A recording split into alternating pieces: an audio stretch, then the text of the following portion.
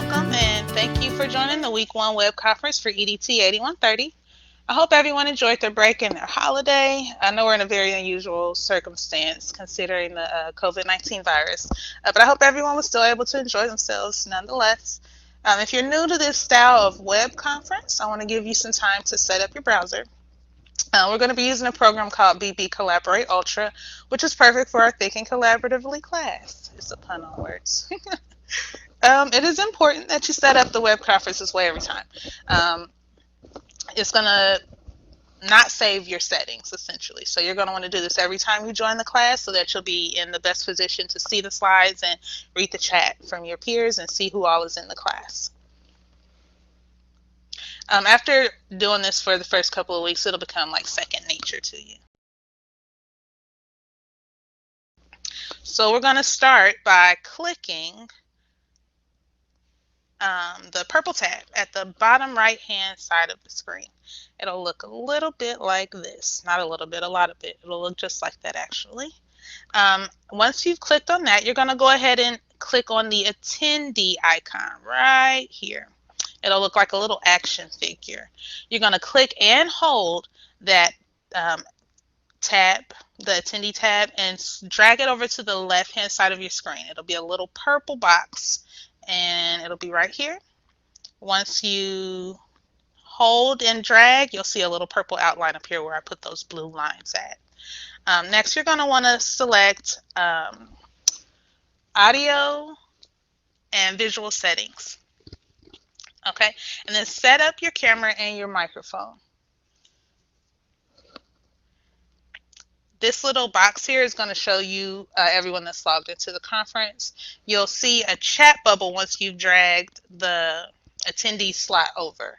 This is where we're going to be doing a majority of our communicating. This is the chat bubble right here. Let's see if I can, I know it's kind of small. On the big version of this presentation, I think these images will look just a little bit bigger.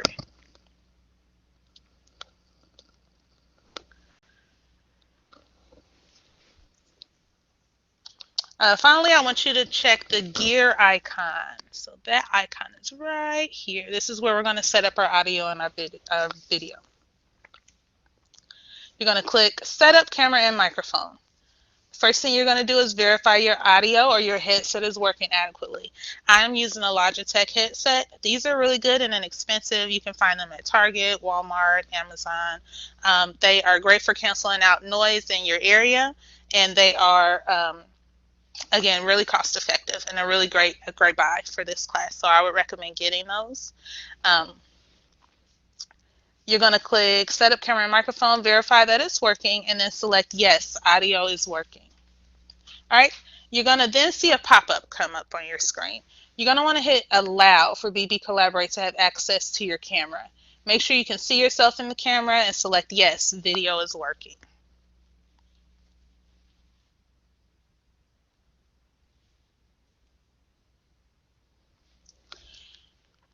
All right, so let's make this a distraction-free zone. We're all joining either remotely, which is an in-live session, or virtually, which is in a recorded session. This is a recorded session, so I do want to go ahead and apologize for any background noise you hear on my end. I have a daughter who's 13 years old. She's an only child. She does not care what I'm doing. When she wants to talk, she wants to talk. She has a very one-track mind, so I'm familiar with distractions in general.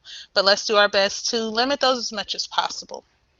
That may look like turning off our cell phones, turning off a TV, maybe shutting the door to any outside distractions that we may have.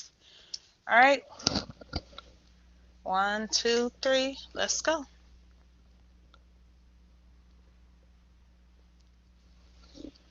Before we get into the lesson, I do want to hit the reset button. Many of us have stressors outside of school, and we want to leave those stressors outside of this classroom, like we plan. We want this to be a really free space. I want everybody to feel relaxed and ready to learn. That means we're going to relax, refresh, and renew. That is going to be very simply done by sitting upright. You're going to want to be in an upright sitting position. You're going to want to breathe in through your nose until you feel your belly swell. Then you're going to want to exhale through your nose until you feel your belly deflate. All right. It's been proven that taking deep breaths can lower your heartbeat, lower your stress and anxiety.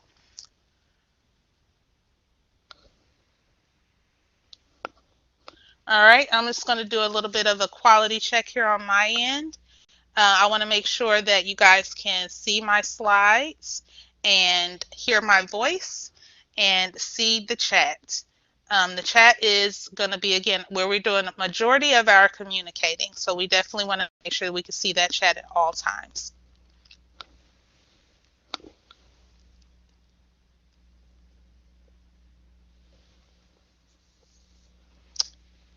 So if you can hear me and see those slides and locate the red record icon in the upper left-hand corner of the screen right here. All right. And then go ahead and type in the chat something along the lines of got it, see ya, I'm here, something along those lines.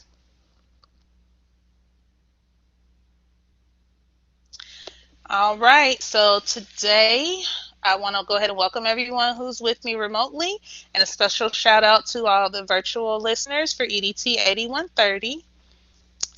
We're going to be using this VB Web Collaborate to have these web conferences. I'm going to be pre-recording some of these, and some of them will be joining together as an actual remote live session. But today, this is just a recording. I want everyone to touch base, read the recording, answer the questions in the chat, and just do your best to engage with one another, even though we're not in a classroom together. This week's lecture or lesson is over learning and thinking collaboratively. Okay, the textbook is called Thinking Collaboratively, Learning in a Community of Inquiry by D. Randy Garrison. The purpose of the text is to show that working together can foster better results than working alone. So although most of us are comfortable working independently, like we always have our entire lives when we do our homework or when we take a test or things of that nature, we also want to encourage everyone to try and work in a group setting, because what happens is you will see a much better end result. You'll see a much different end result as well. We will discuss just a few key points from the second chapter of this book on how to think critically as a group and improve learning. Okay, so we want to improve the way that we obtain or retain information. And I believe that that can happen through working collaboratively or working in group settings. It was recommended that everyone have already read the first two chapters before we started class today. Because this is a very short lecture, I don't believe that I'll have time to touch base on all of the big ideas, so we'll only be reviewing a few key points from this text. Before we get started, I'm going to go ahead and post in the chat a video that I would like for you all to watch. There we go. If you can go over to the chat, you'll see that I posted that there. I'm going to mute my audio and let you guys have a couple of moments to go ahead and watch that video. I think it's about 7 or 8 minutes. When you get back, we'll go ahead and have a discussion on what you saw.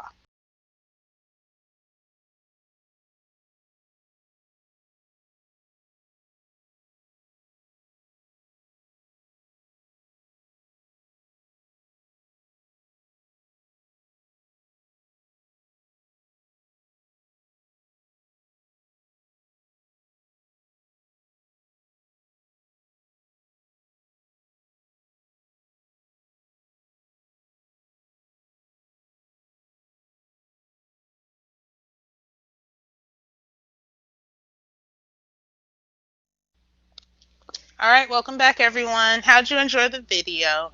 When I watched it, I thought it was quite entertaining based on the topic for our lesson today. So what you saw there were about 20 students that were going to have to work together to reach an end result, right? So all of them have a different mindset, they have different mannerisms, totally different personalities. However, they are all working together to achieve one goal. I want you guys to look at the intro to this and kind of let's make a educated guess on how we think this could possibly end. What would be the end result to this assignment? Are we going to get the young lady who just kind of seemed laissez-faire? She was very complacent, not the best at working out. She was just there for fun. And then we have the other people who had the mindset of survival. So he knew how to locate the idols or how to get the passes to make it to the next level, there's different lines of thinking, and I just wonder how you guys think that could possibly end with all of those different mindsets coming together to think collaboratively. All right, now we're going to go ahead and discuss our learning objectives. By the end of this lesson, I want you to be able to define the key terms like critical thinking, collaborative thinking, and critical reflection. We're going to be able to elaborate on the perspective that mindset has a place in the outcome of collaborative thinking.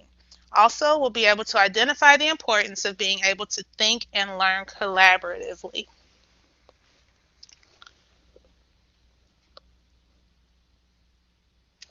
All right. Before we get started, I want everyone to take a moment. Let's do this icebreaker. All right, so you're going to click on the link below. It'll redirect you to a Google form.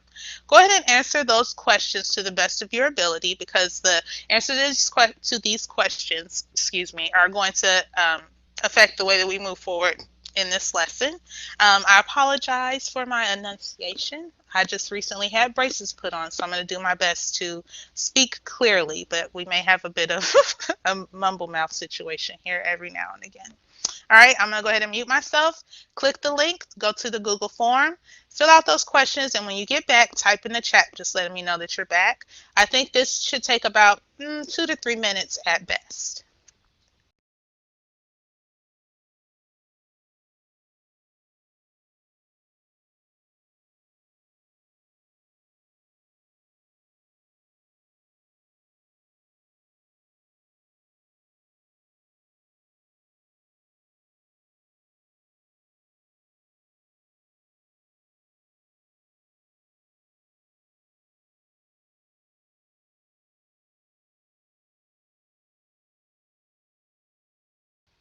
So what is the big idea? There's a few key points from the text that I want to touch on. We're not going to be able to get to everything, like I said, but there's just a few of them that I think are really important. So first and foremost, we're going to discuss collaborative thinking. The goal is to explore and make sense of a problem by having a healthy discourse. By healthy discourse, that means a healthy back and forth. So this is not an argument. This is not a debate so much as it is just asking a question. If there's something you didn't understand or you want a deeper knowledge of it, ask that question to your peer and try and get an educated answer back from them so that you can apply that and analyze it and put it towards the end result that you guys are trying to reach. The back and forth should encourage the other people in the group to come to a collective agreed result. Okay. Then there's critical thinking. It's an objective analysis of an issue. The goal of this analysis is to form a judgment on your own. So typically when people think of critical thinking, they think of it as an independent assignment. This is something that people do by themselves. However, what I want you all to do is apply critical thinking in a collaborative setting. So how would we think critically as a group?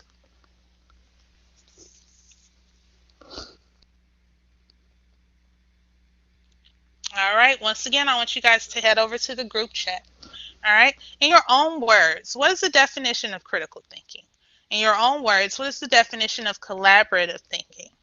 And then if you had to choose, if you had someone that enjoyed group assignments, then you had someone who absolutely hated them, who would you want in your group? So let's take a moment. I'm going to send you all to your breakout groups. I want you to think critically and answer these questions. And when you get done, go ahead and type in the chat and let me know that you guys are back. I'm going to give you about 4 to 5 minutes for this entirely. So if no one's typed in the chat within the 4 to 5 minutes that they're done, I'm going to go ahead and pull everyone back.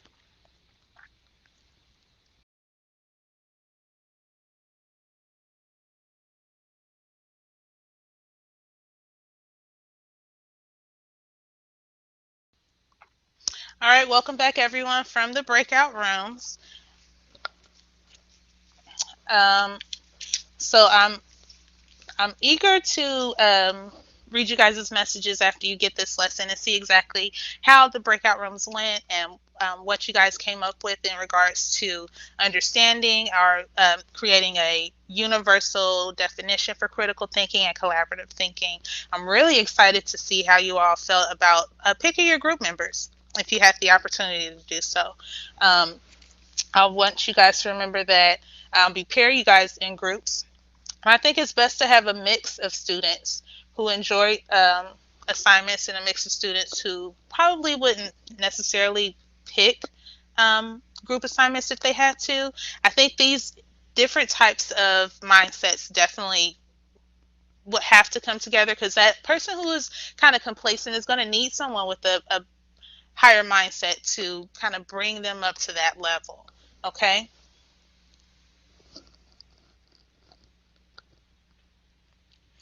For anyone who doesn't remember their group information, I did provide it here on this slide. Again, it is going to change probably on the next assignment, but just keep in mind that this is where this is where we're at for the first couple of weeks. All right, so here's the big ideas. In class, I want us to challenge norms and think collaboratively as opposed to using groupthink. So groupthink is where someone just kind of lets the group think for them. They don't really have a lot of feedback or pushback. They don't have a lot of opinions to give to the group. They are just simply there for the grade. And that is a terrible way to deal with collaborative thinking or even group assignments. The goal in all of this is to kind of elevate everyone's mind to the same level, elevate everyone's way of thinking to the same level, so much so that we're able to come up with a conclusion and an understanding together. Okay, that means that you're going to have an open mind.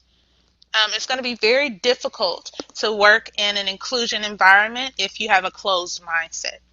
You want to make sure that when you're working with others that you are willing to hear them out and be understanding of different views of thinking, and understand that everyone is different, right? And they're going to possibly bring some things up that you might have never thought about. Okay.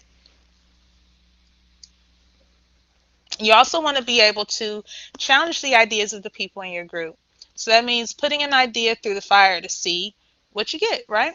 What kind of results you get. Sometimes you're going to put an idea into the fire and it's going to come out polished, and it'll actually be better than when it started.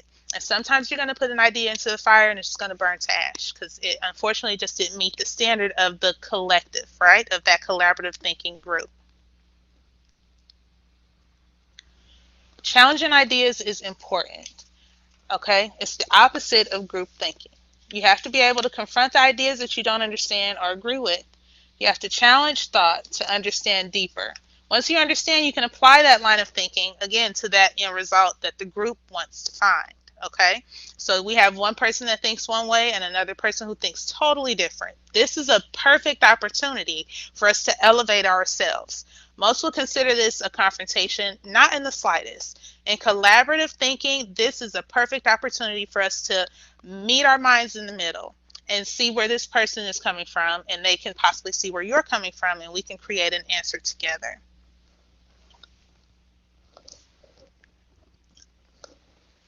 All right, in the chat, really quickly, I just want everybody to answer this hypothetical. If we have a group of 4 people, okay, and 2 are open-minded and ready to work, 1 is indifferent, they could go either way, and 2 are absolutely unhappy with the idea of collaborative thinking or group assignments. How are you going to feel? Are you going to feel comfortable? Is that going to be a good experience? What do you think the end result would be for that? Go ahead and type that in the chat, and I'm going to give you a couple minutes to do so.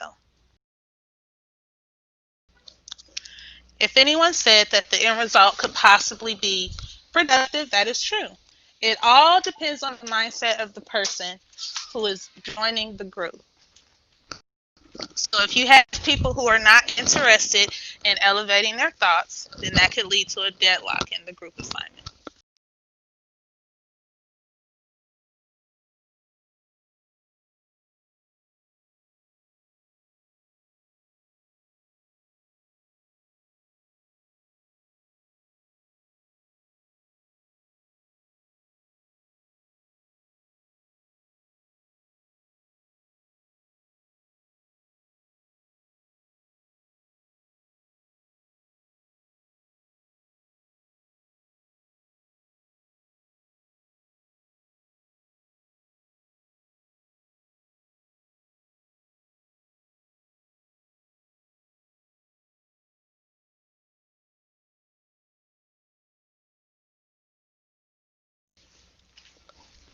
Okay, now we come to the part of the assignment where I want everyone to apply the logic in their own discipline. So I can tell you in the K-12 world, we have something called inclusion classrooms, where they combine students of all levels.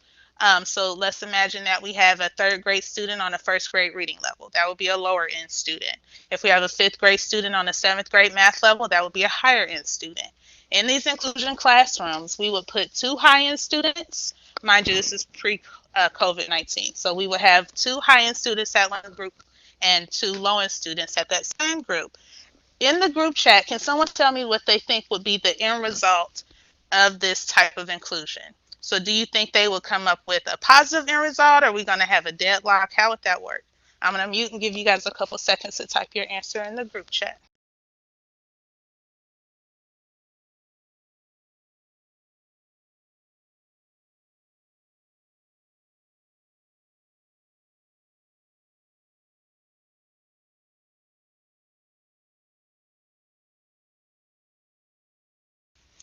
Okay, so if anyone came up with the idea that this could be a positive experience, you are absolutely right.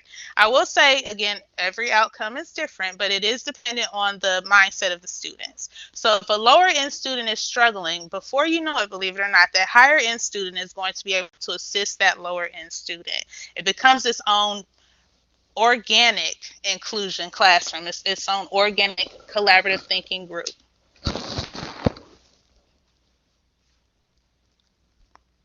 All right. What would be the pros and cons of collaborative thinking in your field?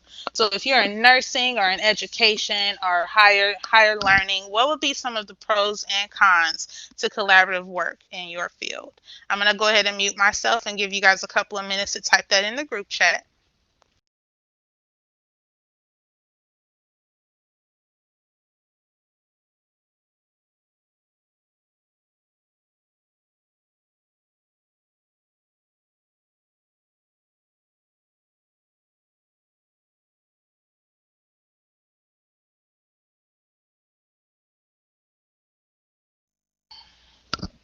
All right. So let's start with the cons. Okay.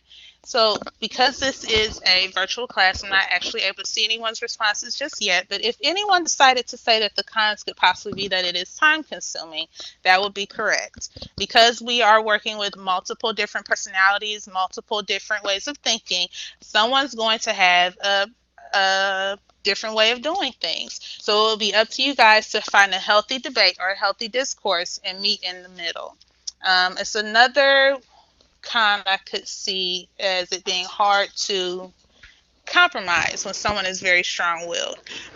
But believe it or not, these opportunities are actually better than you think. So strong-willed people may have a little more passion than others, but they are also going to have a reason why they disagree or agree and why they feel so strongly about that.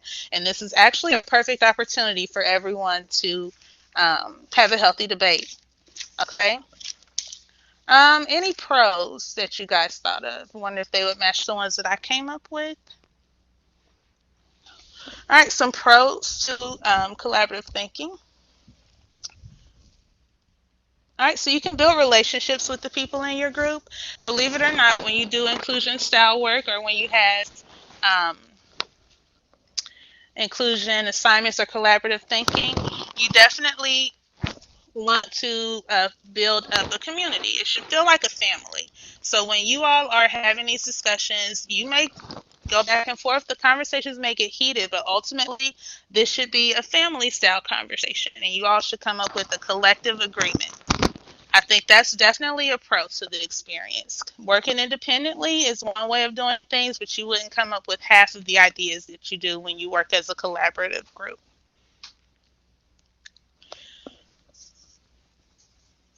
All right, so remember, feedback is a gift, and inclusion makes us stronger. You want to adopt this mindset to be successful in collaboration.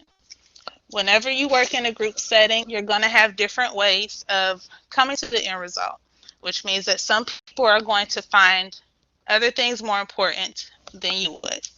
It would be in your best bet to kind of peer that person out, try and understand why it is they feel that way, and include that way of thinking once you can reach a common understanding.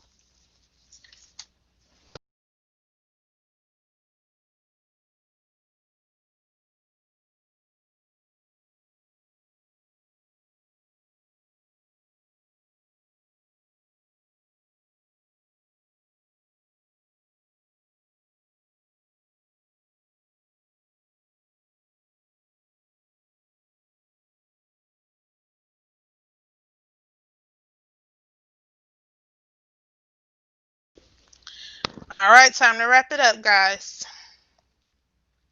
Let's take a couple moments to address the key topics. Remember, we didn't get to touch base on everything in chapter 2, but I definitely wanted you to get a couple of the very key terms. So that is critical thinking, collaborative thinking, and critical reflection. Through the lesson, I wanted you to retain that information. So you will hear me repeat that quite often. I know you are probably tired of going into the group chat and typing what you think this word means, but I think it's very helpful to go over these things multiple times. So take a moment and go into the group chat. Tell me what you think critical thinking is, collaborative thinking, and critical reflection. I am going to be comparing these different chat responses to see if they've progressed or advanced over the lecture for the day. All right. In regards to wrapping up, remember that you always want to be able to challenge your peers. Definitely have the courage to address your group mates, and whenever you have a question or if there's something that they're bringing to the table that you just simply don't understand. Again, this is a perfect opportunity to elevate the group and elevate the way of thinking and understanding. So these disagreements are not arguments per se. However, they're opportunities for you guys to raise your level of awareness and your level of thinking. Okay, remember, feedback is a gift. Without it, we would have no idea where we need to improve. So just remember, when we create, we don't create things that we find mediocre. We create things that we think are great ideas. And if we don't get any feedback from anyone, then we're going to be left to assume that this was just a wonderful idea, when in all actuality, we could have benefited from having some feedback from our peers.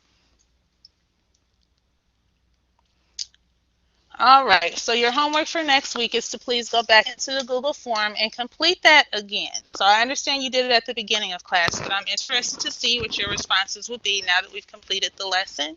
So go back to that Google form link and complete that form just one more time. Please answer those questions as honestly as possible in the second round, just as you did in the first. I will be using that information to reassign groups. So if I could possibly join together someone who enjoys group assignments with someone who is probably a little more complacent or indifferent, I think that would be a good combination, because one is going to elevate the other, or one's going to have a different line of thinking that may benefit the other. All right, guys. Well, I appreciate you joining me for week 1. I will see you guys for week 3. Have a good weekend.